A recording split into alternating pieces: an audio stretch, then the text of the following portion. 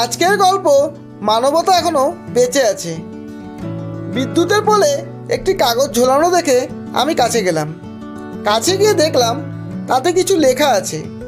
আমি সেটা পড়ে দেখলাম তাতে লেখা ছিল, কৃপা করে অবশ্যই পড়বেন, এই রাস্তায় কালকে আমার 50 টাকার একটি নোট পড়ে গেছে।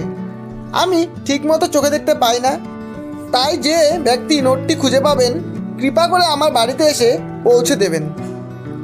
এই চিঠিটা পড়ার পর প্রথমে আমি খুবই অবাক হয়েছিলাম। পরে ভাবলাম যে তার কাছে হয়তো এই 50 টাকাটা অনেক জরুরি। তো আমি তাড়াতাড়ি করে সেই কাগজে লেখা ঠিকানায় পৌঁছে গেলাম আর বাইরে থেকে ডাক দিলাম।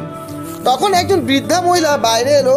তাকে জিজ্ঞাসা করে জানতে পেলাম যে সে এখানে একাই থাকে আর তার কেউ নেই।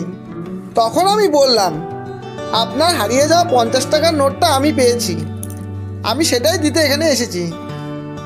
এটা শুনে তখন বৃদ্ধ মহিলাটি কাঁদতে কাঁদতে বলতে থাকে, বাবা, এখনো পর্যন্ত তোমার মতো 70-80 জন লোক আমাকে 50 টাকার নোট দিয়ে গেছে। আমি অশিক্ষিত, একাই থাকি আর চোখেও কম দেখি।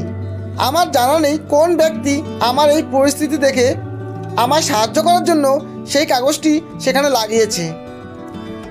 খুব জিদ করার পর সে বৃদ্ধা আমার থেকে 50 টাকার নোটটা তো নিয়েছিল, কিন্তু সে আমায় একটি মিনতি করলো যে বাবা, যাবার সময় সে কাগজটা অবশ্যই ছিঁড়ে ফেলবে।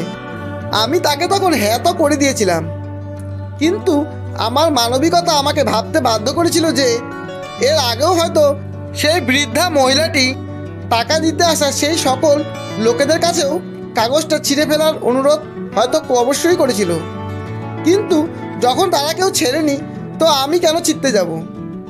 তারপর আমি সেই লোকটির সম্বন্ধে ভাবছিলাম যে এই কাগজটি সেখানে ঝুলিয়ে রেখেছিল। সে কতটা ভালো মনের মানুষ হতে পারে যে একজন অসহায় বৃদ্ধ মহিলাকে সাহায্য করার জন্য এই রাস্তাটি খুঁজে নিয়েছে। আমি তার জন্য ভগবানের কাছে প্রার্থনা করতে বাধ্য হলাম। সত্যি বন্ধুরা, কাউকে সাহায্য করার জন্য রাস্তা তো অনেক আছে, খালি ভালো মানসিকতার প্রয়োজন। ধন্যবাদ।